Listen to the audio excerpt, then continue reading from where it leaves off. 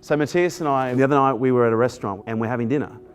And then outside of our restaurant, there was this guy who was clearly in the later stages of Parkinson's and had almost no physical control. I say almost.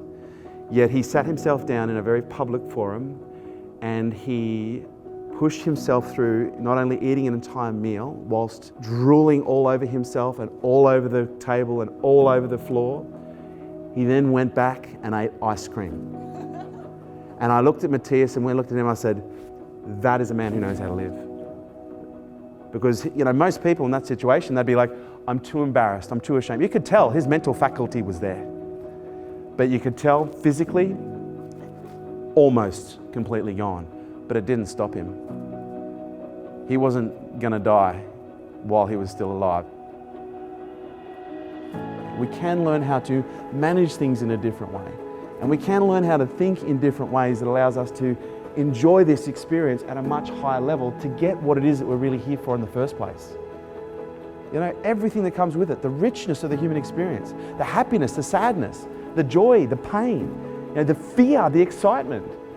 That's what makes us human. And we can't deny these things, but we can learn how to regulate them in a different way.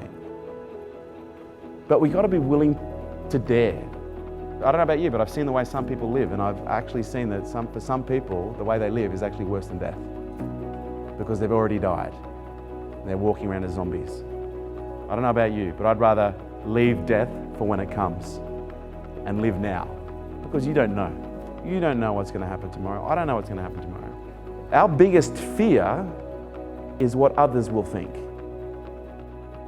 The only thing that's preventing you from thinking bigger right now is conformity. Is conforming with what you think you should be doing. And if we can let go to what we think needs to happen in order to get where we need to go, then you actually stand a chance.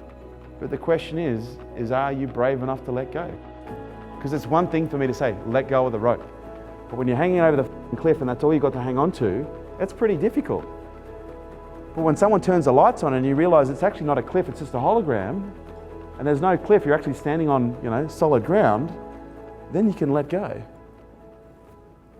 What if I told you this is one big illusion? You've got the power, but my question to you is, who's holding your power right now? Who's holding your power right now? Who has power over you right now?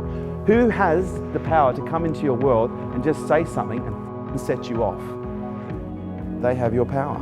But the question is, at what point did you give it to them, and did you know? And do you know now that they actually have it? Where is your power right now? Who's holding on to it?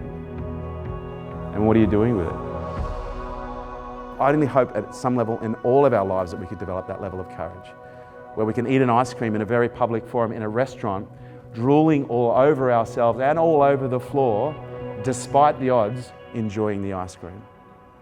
That is living.